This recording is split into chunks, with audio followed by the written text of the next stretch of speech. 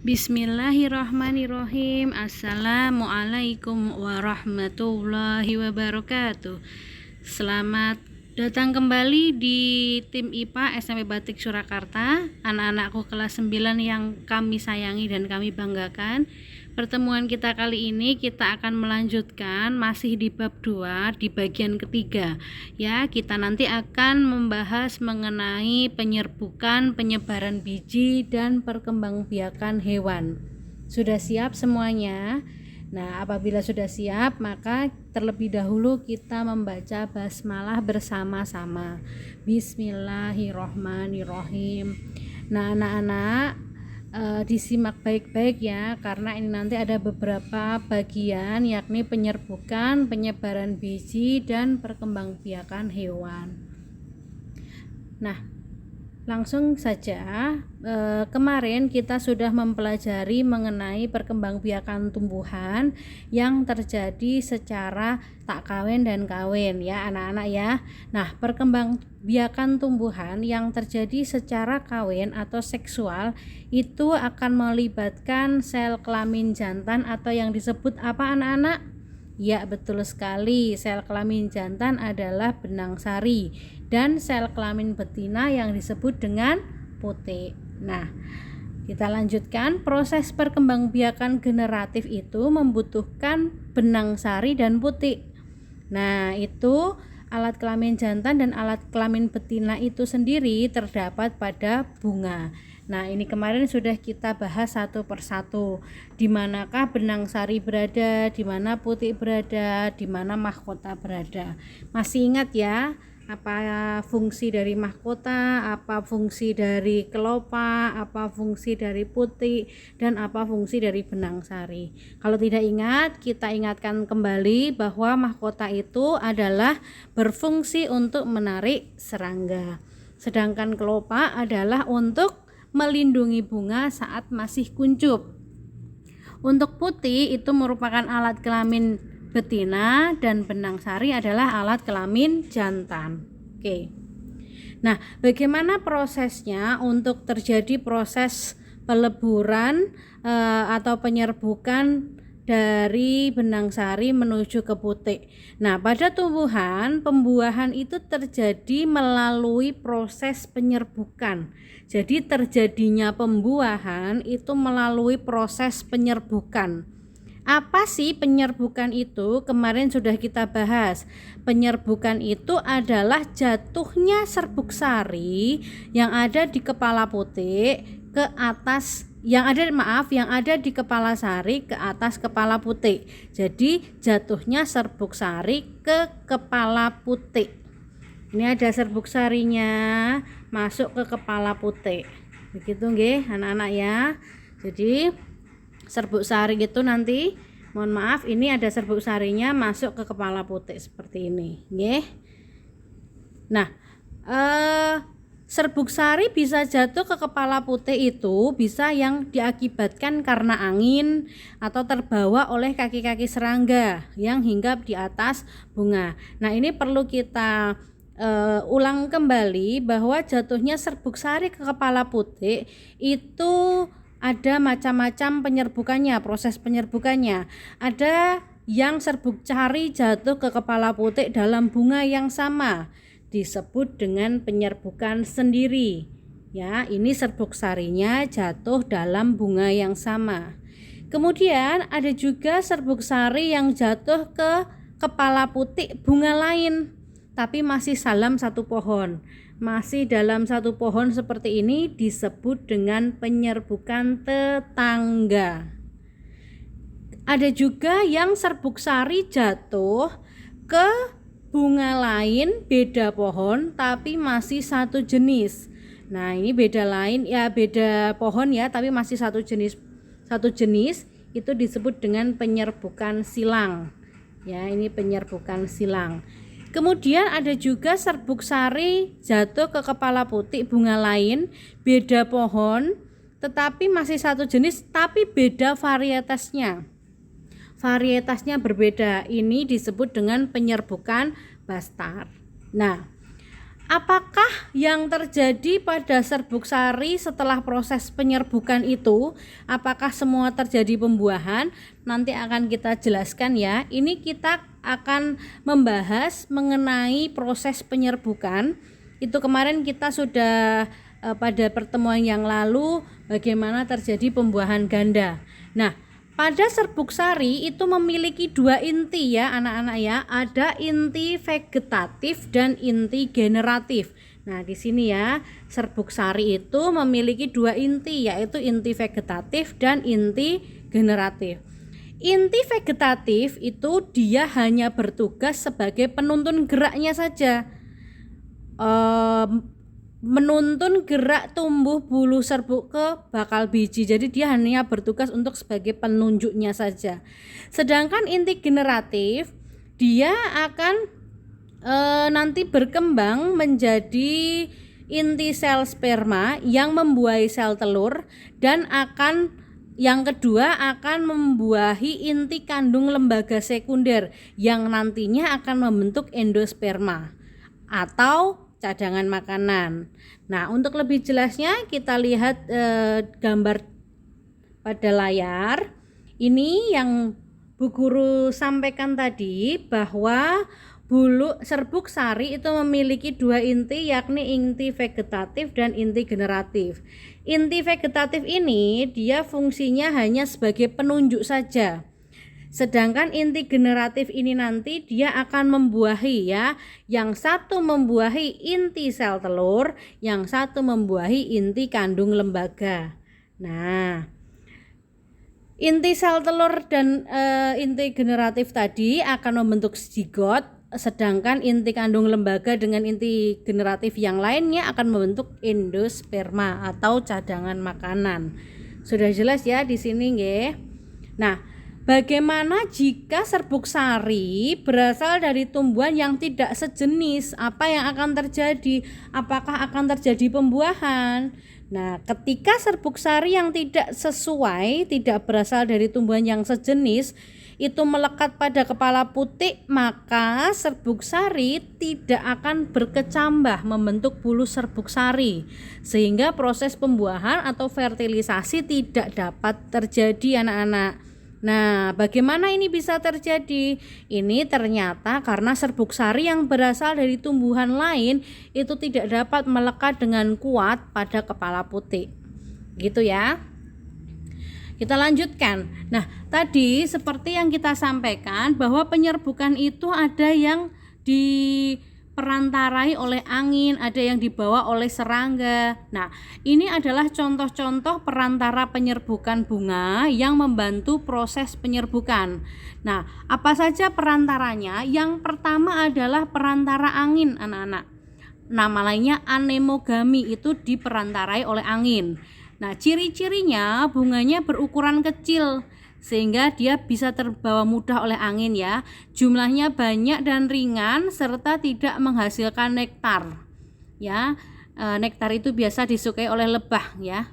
Contohnya padi dan jagung. Nah, kadang-kadang kamu menjumpai kok ada tumbuhan padi atau jagung yang berada di depan rumah kita padahal kita tidak menanamnya. Nah, itu karena dibawa oleh angin.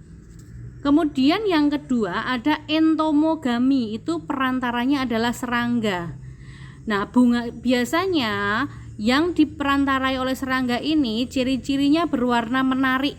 Jadi mahkotanya menarik, serbuk sari yang dihasilkan lengket dan memiliki nektar. Ya. Contohnya bunga matahari, kemudian bunga kertas, kemudian bunga pukul 4. Itu adalah entomogami atau diperantarai oleh serangga. Kemudian ada ornitogami. Ornito itu adalah diperantarai oleh burung. Biasanya ukuran bunganya besar, berwarna merah cerah, tidak berbau, menghasilkan nektar dalam jumlah yang cukup banyak ya.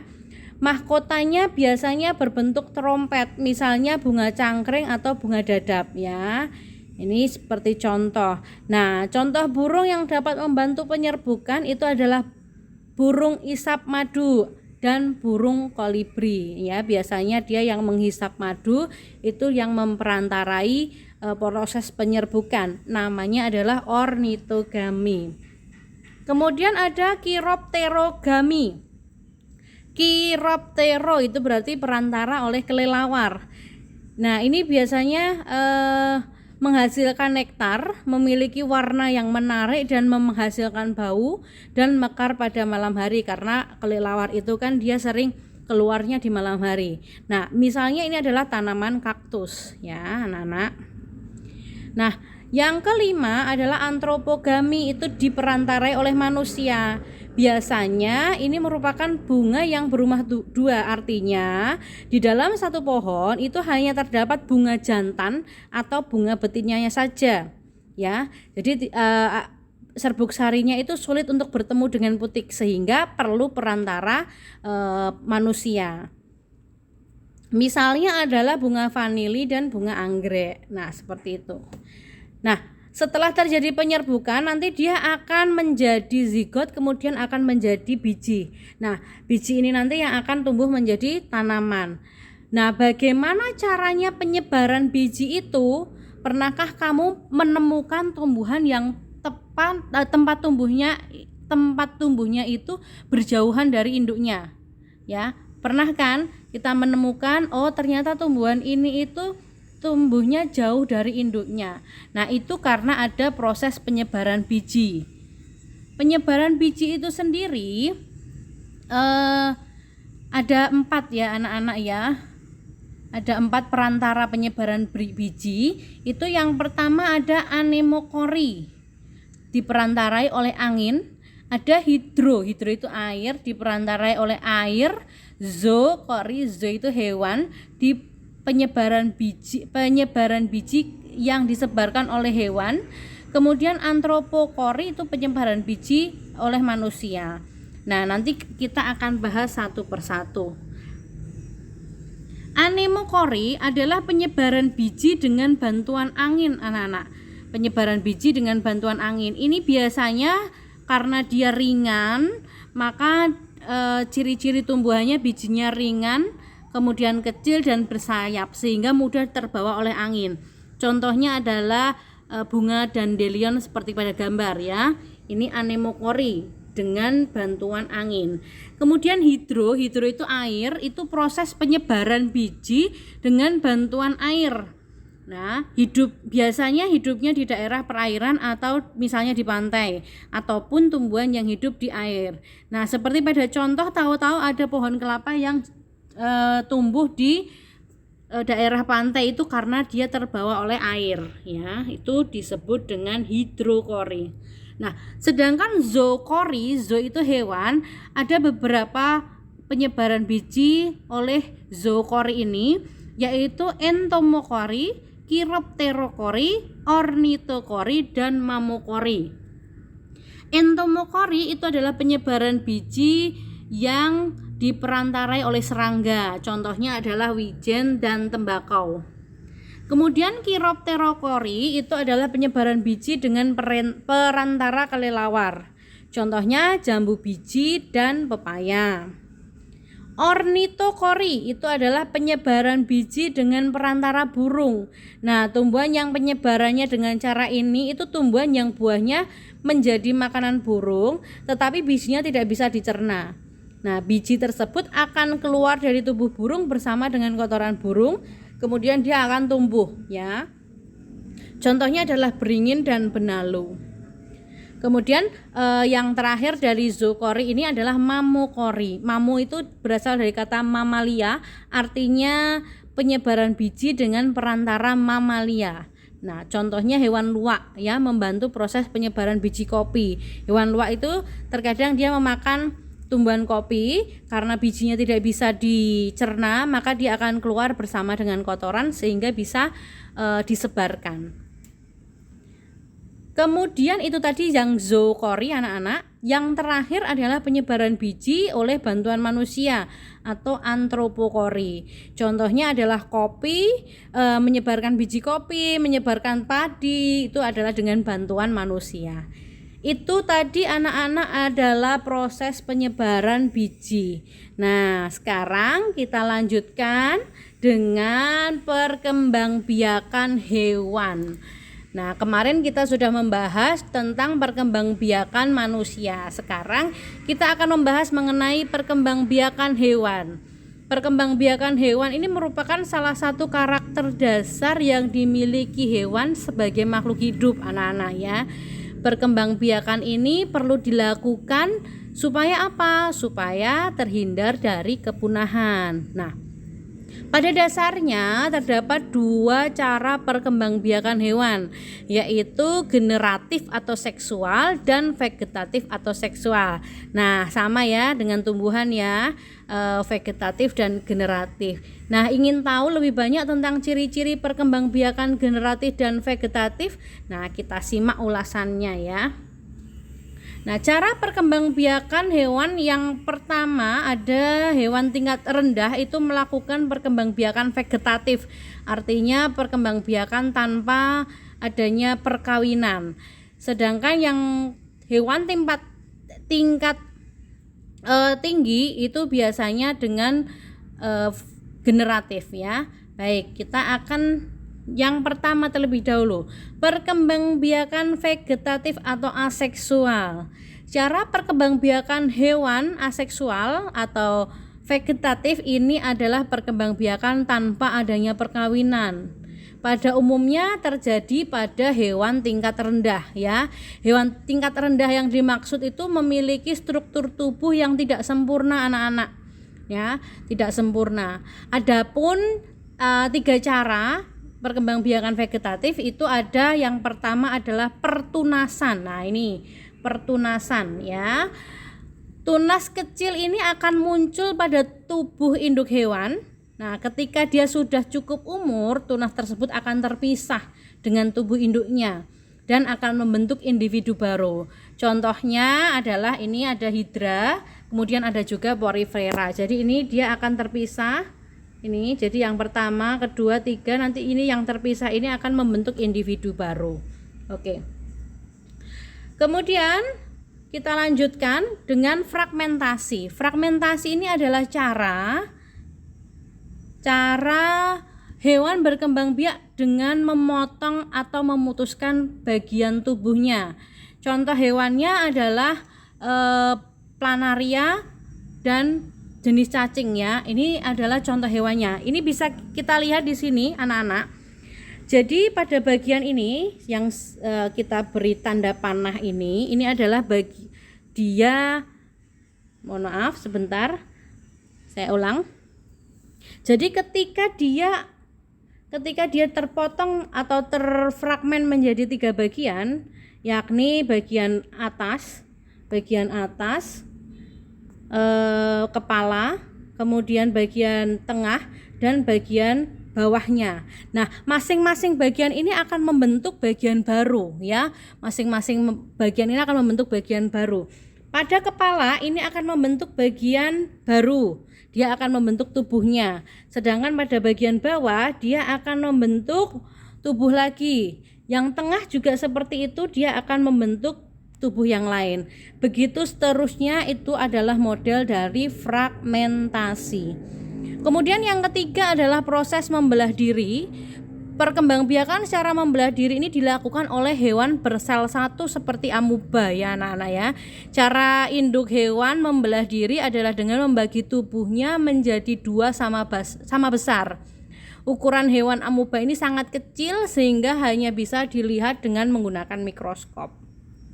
Nah, itu adalah perkembangbiakan generatif, vegetatif atau aseksual. Sekarang kita lanjutkan dengan perkembangbiakan generatif atau seksual. Ya, perkembangbiakan generatif atau seksual ini adalah dengan cara perkawinan. Ya, perkembangbiakan ini terjadi karena ada sel kelamin jantan atau sperma bertemu dengan sel kelamin betina atau sel telur. Nah, cara perkembangbiakannya ada 3 anak-anak, ada ovipar, ada vivipar, dan ada ovovivipar. Ovipar itu berasal dari kata ovum, artinya telur. Jadi bertelur dilakukan oleh hewan seperti unggas, reptil, dan ikan. Dalam proses pembuahannya terdapat dua jenis pembuahan, yaitu secara internal atau di dalam dan eksternal atau di luar. Nah, pembuahan internal dan internal atau eksternal itu contohnya ada macam-macam ya. Untuk yang contoh ovipar sendiri itu ada ayam, bebek, penyu, komodo, dan burung. Ya, kemudian kita lanjutkan ke vivipar. Vivipar itu adalah hewan yang berkembang biak dengan cara beranak ya. Ini biasa disebut juga dengan hewan mamalia atau menyusui, karena mamalia atau menyusui ini dia berkembang biak dengan cara beranak. Nah, embrio akan tumbuh dan berkembang di dalam rahim hewan betina, sehingga induk hewan ini akan mengandung selama beberapa bulan, kemudian akan melahirkan anak. Nah, contohnya hewan yang beranak atau vivipar ini adalah ada anjing, kucing, sapi, kemudian kelinci. Jadi hewan-hewan vivipar itu adalah hewan-hewan mamalia atau yang biasa menyusui ya. Yang terakhir ada ovovivipar, bertelur dan beranak. Nah, perkembangbiakan ovovivipar itu merupakan kombinasi dari ovipar dan vivipar anak-anak ya. Jadi bertelur dan beranak. Adapun pembuahannya itu terjadi di dalam tubuh induk hewan. Nah, saat berada di dalam tubuh induknya itu telur berkembang hingga menjadi hewan baru. Nah, setelah menetas, calon anak tersebut akan dilahirkan keluar dari tubuh induk hewan. Contohnya untuk hewan ovovivipar adalah ada ikan hiu, kemudian ada buaya, ada kadal, dan beberapa jenis ular. Nah, itu anak-anak yang bisa kita sampaikan. Jadi kita tadi mempelajari tentang penyerbukan, penyebaran biji, dan perkembangbiakan hewan. Sampai ketemu di pembelajaran IPA selanjutnya. Kita akhiri dengan bacaan hamdalah bersama. Alhamdulillahirabbil alamin. Wabillahi taufik wal hidayah. Wassalamualaikum warahmatullahi wabarakatuh.